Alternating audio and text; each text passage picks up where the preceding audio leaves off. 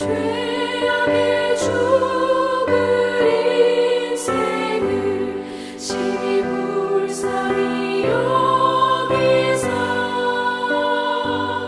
저 하늘의 영광 버리고 이 세상에 오셨네. 오 사랑의 예수님, 내 맘을 원합니다. 곧 들어와 나와 함께하며 내 생명이 되소서.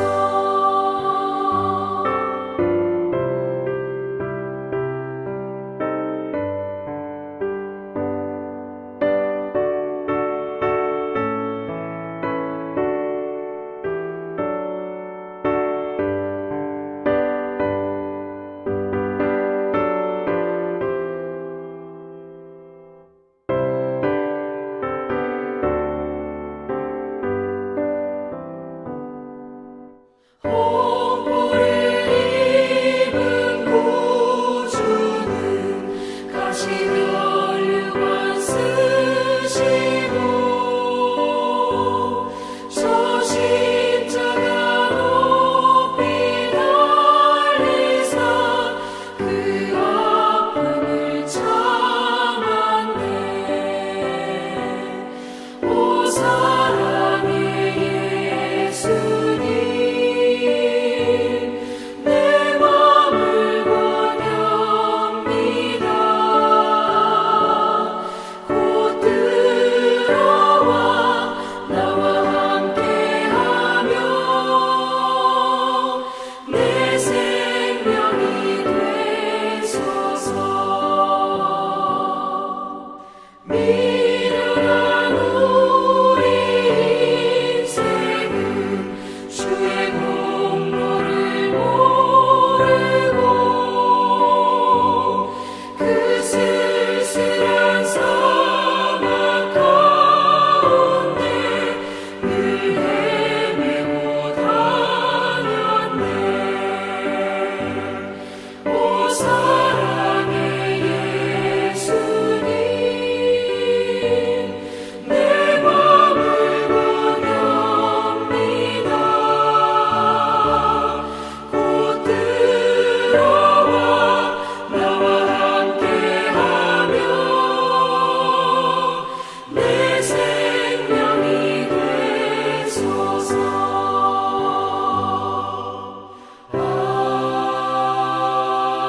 아멘.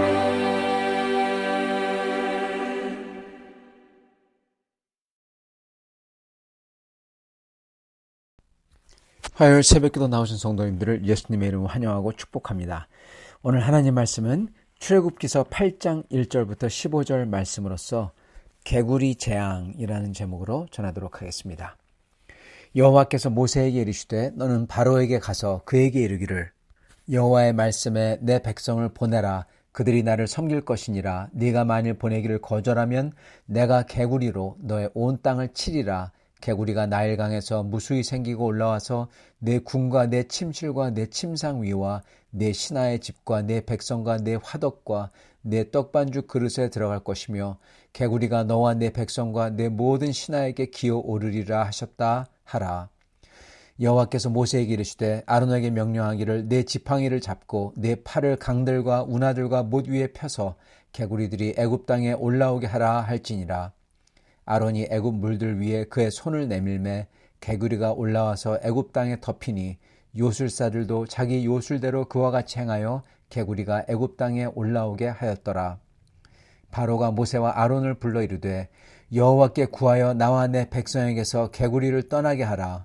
내가 이 백성을 보내리니 그들이 여호와께 제사를 드릴 것이니라. 모세가 바로에게 이르되 내가 왕과 왕의 신하와 왕의 백성을 위하여 이 개구리를 왕과 왕궁에서 끊어 나일 강에만 있도록 언제 간구하는 것이 좋을는지 내게 분부하소서. 그가 이르되 내일이니라. 모세가 이르되 왕의 말씀대로 하여 왕에게 우리 하나님 여호와 같은 이가 없는 줄을 알게 하리니 개구리가 왕과 왕궁과 왕의 신하와 왕의 백성을 떠나서 나일 강에만 있으리이다 하고 모세와 아론이 바로를 떠나 나가서 바로에게 내리신 개구리에 대하여 모세가 여호와께 간구하매 여호와께서 모세의 말대로 하시니 개구리가 집과 마당과 밭에서부터 나와서 죽은지라. 사람들이 모아 무더기로 쌓으니 땅에서 악취가 나더라. 그러나 바로가 숨을 쉴 수 있게 됨을 봤을 때 그의 마음을 완강하게 하여 그들의 말을 듣지 아니하였으니 여호와께서 말씀하신 것과 같더라. 아멘. 네, 오늘은 개구리 재앙에 대해서입니다. 이 애굽 사람들은 개구리를 풍요와 다산의 상징으로 간주했습니다. 애굽에는 아기를 낳도록 하는 다산의 여신, 해산과 다산의 여신이 있었어요. 그래서 그 여신을 보면은 몸은 인간이지만 머리는 개구리였습니다. 그래서 그렇게 개구리로 형상화된 신이었죠. 이번 개구리 재앙 전에 있었던 재앙 여러분 기억나십니까? 애굽의 생명줄인 나일강, 이 생명의 신이죠. 나일강이죠. 이 생명의 신이며 나일강인 나일강을 완전히 핏물, 즉 죽음의 강과 완전 죽음을 주는 강으로 바꿔버렸죠. 생명의 신을 죽음이 가득하게 만들어버린 겁니다. 이거는 생명의 신의 성격을 완전히 뒤바꿔가지고 정반대로 만들어버린 거죠. 이거는 여호와 하나님께서는 애굽인들이 그토록 숭상하는 생명줄이라고 일컫는 나일강의 신을 완전히 여호와 하나님 발 아래 두셨고 생명 주는 것을 죽음을 주는 걸로 바꿀 수 있다는, 소위 신이라는 것의 성격도 바꾸실 수 있는 하나님이 바로 그분이라는 겁니다. 그런 소위 애굽의 신들을 다 쥐락펴락하시는 분이 하나님이라는 겁니다. 그걸 뜻하고 있습니다. 그래서 모세는 어떻게 보면 애굽인들과 스스로 신이라고 하는 바로에게 복음 선포 바로 전 단계인 하나님에 대한 진리를 선포하고 있는 거죠. 모세는 계속 이 말을 반복합니다. 우리 하나님 여호와와 같은 이가 없는 줄을 알게 하리니. 알라는 겁니다. 그래서 한다는 겁니다. 여호와 하나님 같은 이 세상 애굽에서 소위 신들이라는 것들, 그런 신들이 여호와 하나님 같지 않다는 겁니다. 사실은 신도 아니죠. 그것들은 하나님은 그것들을 죽일 수도 있고 살릴 수도 있는 분이라는 겁니다. 이번 개구리 재앙도 똑같은 맥락입니다. 하나님께서는 모세를 통해서 명령하셔서 개구리로 형상화된 아기를 낳는 다산의 신, 그 신도 하나님 손아귀 아래 있다는 겁니다. 그래서 다산의 신으로 하여금 어떻게 보면은 완전히 미치도록 다산을 하게 합니다. 개구리가 막 불어나죠. 그래서 온 천지뿐만 아니라 집안에, 방에, 심지어 음식 그릇에, 그리고 사람마다 다 기어오르게 한다고 합니다. 이건 마치 기계가 고장나서 스톱이 안 되듯이 다산의 신이 고장나서 다산을 하는 겁니다. 그 다산의 신들을 대표하는 개구리가 그냥 완전히 불어나가지고 가득가득하게 되는 겁니다. 다산은 축복인데 그게 미쳐 날뛰니, 그래서 다산을 하니 이건 무서워지는 거죠. 스톱이 안 되는 겁니다.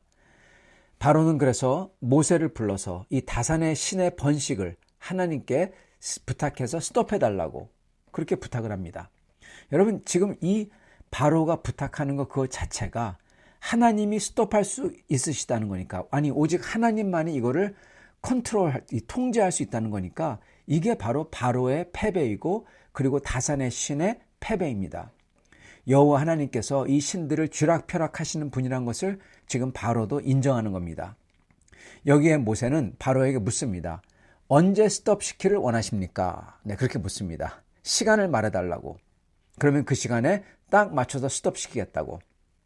즉 이 말은 하나님께서는 소위 신이라고 하는 개구리 다산의 신이 다산하고 번식하는 것을 멈추지 못하고 날뛸 때 그 고삐를 잡고 계시고 그 자리에서 스톱시킬 수 있는 분이라는 겁니다. 그래서 이게 스톱할 때 이게 우연이나 그냥 개구리들이 죽은 게 아니라 정확하게 바로가 부탁한 시간에 맞춰서 하나님이 딱 역사한 거다. 그거를 지금 보여주고 있는 겁니다. 그래서 모세는 다시금 이 말을 합니다. 우리 하나님 여호와와 같은 이가 없는 줄을 알게 하리니. 예, 그게 목적이라는 거죠. 여호와 하나님을 알리는 거예요. 우리의 하나님, 히브리인의 하나님, 여호와, 하나님, 그와 같은 신이나 그리고 신이라고 일컫는 자들, 그리고 바로 당신도 이 세상에는 아무것도 아니라는 겁니다. 주님을 증거하는 겁니다. 앞으로도 저희가 계속 재앙을 통해서 보겠지만 재앙입니다. 그러나 재앙이라고 하더라도 저희가 그 재앙 속에서 하나님을 바라보고 하나님께 순복하기만 하면요, 거기서 더 큰 선을 이룰 수 있게 됩니다. 오히려 그 재앙이 찬스가 될 수가 있어요. 어떻게 보면 바로는 지금 값비싼 레슨을 받고 있는 겁니다. 사실 그것도 은혜인 거죠. 하나님을 알리고 여호와 하나님 같은 이가 없는 줄을 알리는 거예요. 10번을 넘어서 계속 알리는 겁니다. 그래서 하나님을 알고 그래서 하나님을 섬기며 하나님을 통해서 영생을 얻을 수 있도록 해주는 건데, 지금 은혜를 주는 건데, 근데 바로는 그걸 봅니다. 그리고 그걸 파악해요. 아, 진짜 하나님이 컨트롤할 수 있구나. 하나님만이 이렇게 아주 그냥 스톱할 수 없는 다산의 신의 번식을 막을 수가 있구나. 그걸 압니다. 그걸 느끼고, 그리고 스스로 하나님만이 이걸 스톱할 수 있는 분이라고까지 인정까지 합니다. 근데 그러면서도 하나님 말 듣기 싫어하는 겁니다. 그래서 거부하는 겁니다. 여러분, 바로 이게 문제입니다. 모르는 게 문제가 아니에요. 모르면 하나님이 알 수 있게 해주십니다. 근데 문제는 그거를 알 수 있으면서도, 알면서도 하나님 말 듣기가 싫은 거예요. 그래서 거부하는 거예요. 저희도 마찬가지입니다. 하나님께서 하신 거라고 알면서도, 심지어 인정까지 하면서도 그게 싫고, 인정하기 싫고, 그래서 주님께 순복하며 엎드리기를 거부하거나 따르기를 거부할 때, 그게 바로 저희를 파멸로 모는 것입니다. 사실 하나님께서는 모든 사람들을 그냥 심판하지 않으세요. 심지어 이 악한 바로마저도 그의 인생에 10번 재앙을 주시잖아요. 그걸로 하나님에 대해서 알려주시는 겁니다. 그게 바로가 재앙으로 느껴서 그렇지, 사실은 그게 바로에게 주신 기회입니다. 옛 생각을 깨우치고 옛날에 그가 알던 것을 깨쳐버리고 진실을 볼 수 있는 기회를 10번이나 주신 겁니다. 은혜인데 바로는 그걸 볼 수 있습니다. 알 수 있습니다. 그러면서도 거부하는 거죠. 로마서 1장을 보면요, 하나님께서는 모든 인간에게 기회를 주신다고 합니다. 하나님의 거룩하심과 신성, 눈으로 볼 수 없는 거지만은 그런 것들을 알만하게 해주셨다고, 볼만하게 해주셨다고 기록합니다. 이거를 모든 인간에게 해주셨대요. 그리고 지금도 하고 계시다고 합니다. 그러나 인간은 자기들의 죄스러운 욕망을 놓지 못하기 때문에, 자기들의 죄가 지적당하기 때문에 그것을 붙들고 싶어서 알만한 것을 알면서도 그 진실을 꾹꾹 억누른다고 하는 것입니다. 바로가 딱 그 모습입니다. 하나님을 알면서도 그 진실을 꾹꾹 억누르는 겁니다. 머리를 들지 못하게. 왜요? 그게 싫으니까. 알만하게 보여주고 계신데, 그리고 하나님 맞다고 인정하는 것 같이 말하면서도 끝에 가서는 아니라고, 못 보낸다고, 보내기 싫다고, 회개해야 되는 거 맞다고 하면서도 끝에 가서는 아니라고, 회개 못하겠다고, 그런 거 똑같은 거죠. 이러한 사람들은 이제 미끄러지기 시작하는 겁니다. 회개하지 않는 자들은 이렇게 은혜를 악용하는 것입니다. 하나님은 그럼에도 은혜를 또 주십니다. 근데 문제가 뭐냐면, 그렇게 은혜를 악용하면요, 어떻게 될까요? 여러분, 은혜를 악용하면 하나님 은혜를 스탑하실까요? 언젠가는 스탑하시죠. 그러나 하나님은 은혜를 계속 더 주십니다. 그죠? 바로에게도 그 이후에도 계속 주시잖아요. 문제가 뭐냐면요, 은혜를 안 주신다는 것보다도 은혜를 주시는데도 불구하고, 은혜를 악용하면 은혜를 주시는데도 불구하고 더 이상 은혜가 은혜스럽게 느껴지지 않는다는 겁니다. 여러분, 그게 문제예요. 더 이상 느껴지지가 않아요. 더 이상 고맙지가 않아요. 감격이 없어요. 기쁨도 없어요. 여러분, 은혜가 은혜로, 은혜스럽게 느껴지지 않을 때, 은혜로 다가오지 않을 때 정말 큰일 나는 것입니다. 사랑하는 성도 여러분, 우리는 우리 하나님 같은 존재가 없다는 것과 우리 주님의 능력을 다시금 알아 그 주님께서 저에게 알려주시며 인도하실 때 주님의 말씀을 들을 수 있고 주님의 말씀대로 우리의 삶과 방향을 맞출 수 있는 사람들이 되기를 바랍니다.